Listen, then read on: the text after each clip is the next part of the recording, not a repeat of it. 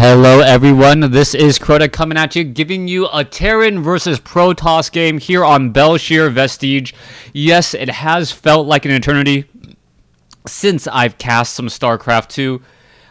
Just couldn't find any new replays, so once again, a special shout out and thanks to all of you guys out there who helped me find these replays. Hopefully I'll be able to give you guys more StarCraft 2 content.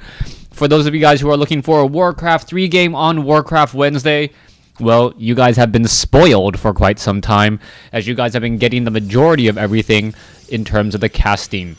Alright, over here on the bottom right-hand side of the map, we have GanGFuBanda spawning as the orange Protoss. Meanwhile, over here on the top left, we have ForGG spawning as the red Terran. Terran versus Protoss here on Belshir Vestige, and it's been so long since I've cast some StarCraft 2, I'm actually going to be learning the current meta alongside you guys, and hopefully I don't make too big of a fool of myself, as we are looking into a 12 barracks being built on the front door by ForGG. Yes, it is going to be a 12 racks right there.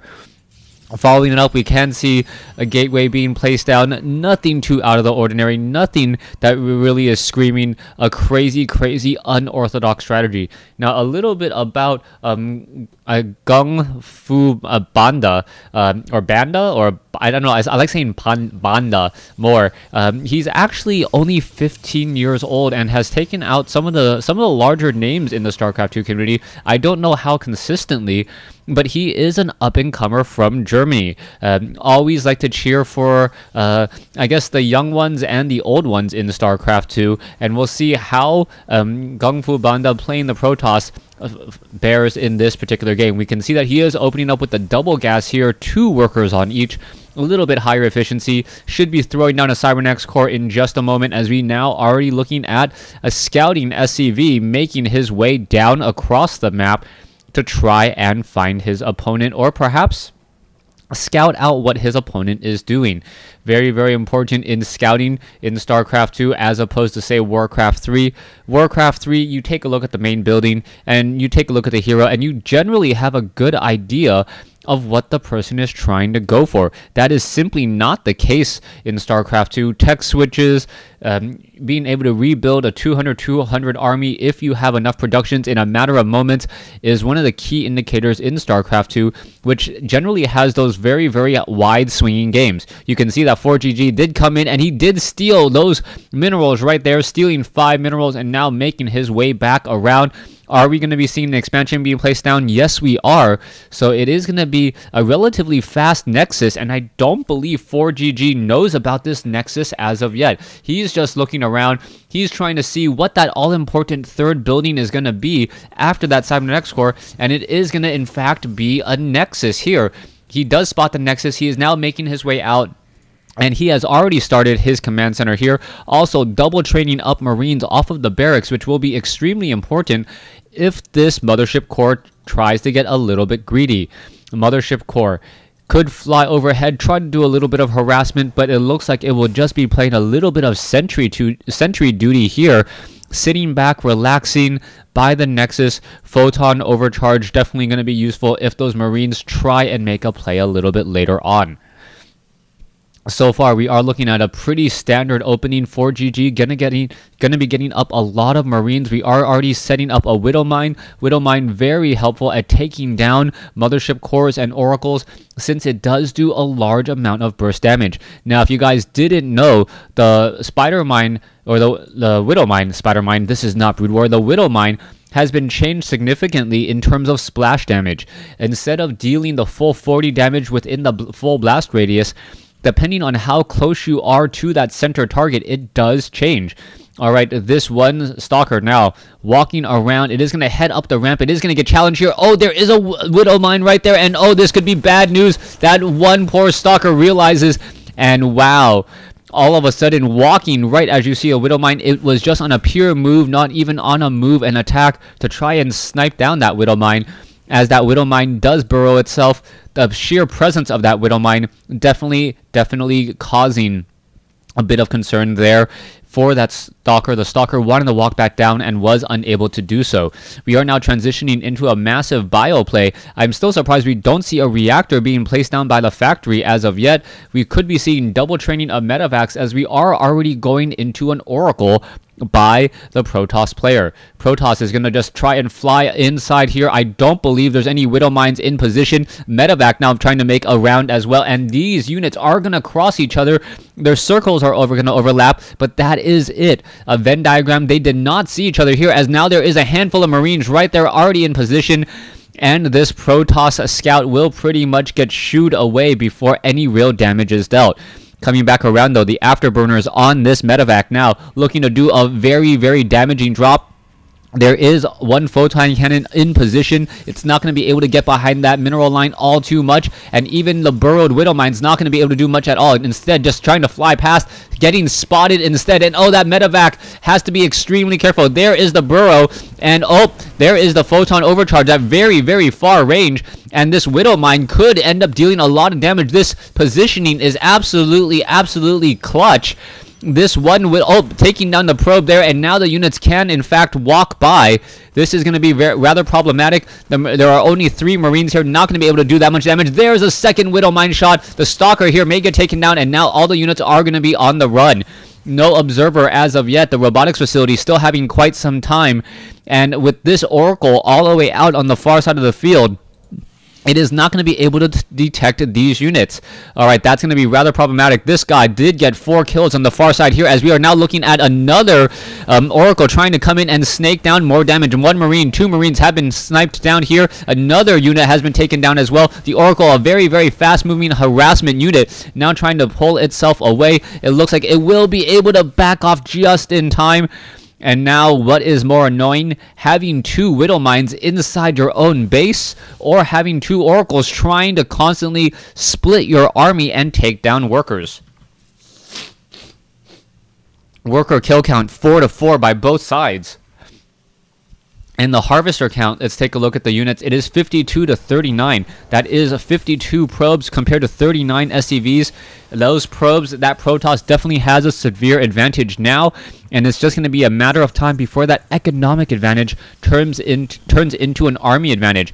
Observer now flying overhead should be able to spot both of these Widow Mines without any problem whatsoever. There goes one. Oh!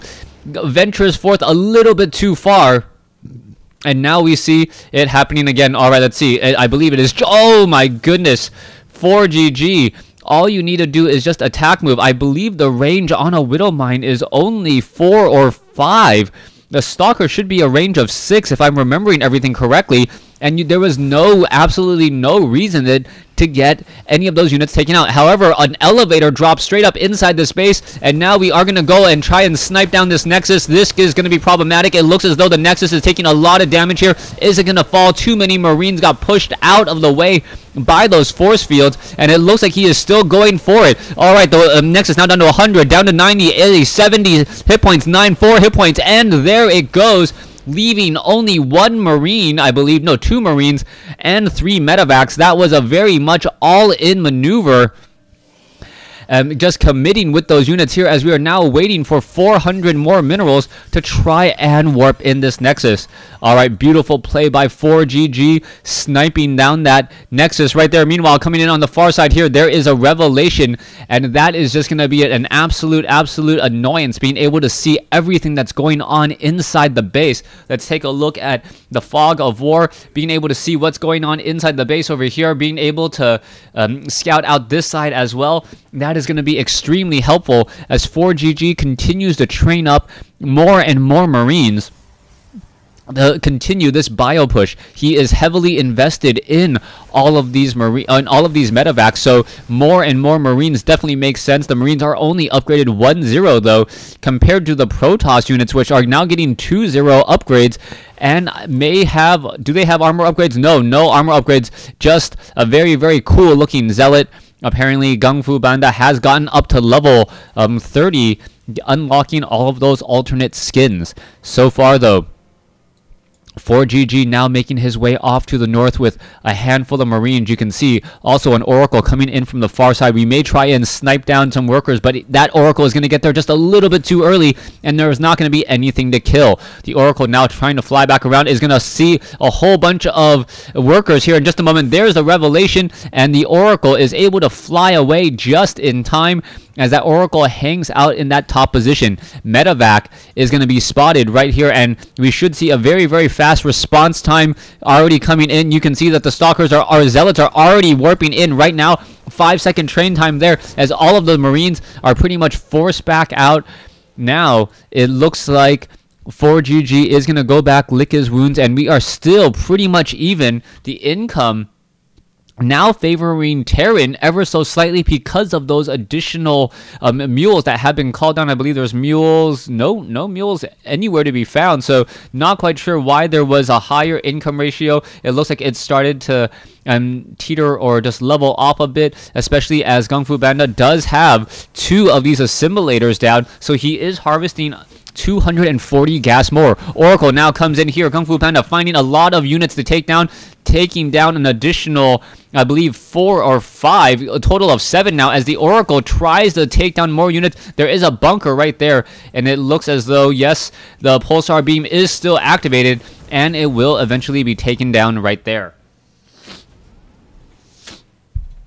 Coming across, we can now see Vikings and Medevacs making a move across the field. You can see also the Medevacs just trying to heal up all of these Marines here. The army size of the Terran is significantly stronger, and without any upgrades with Colossus. No, there is 2 hallucinated Colossi. There's a scanner sweep. That's quickly going to be revealed right there, though.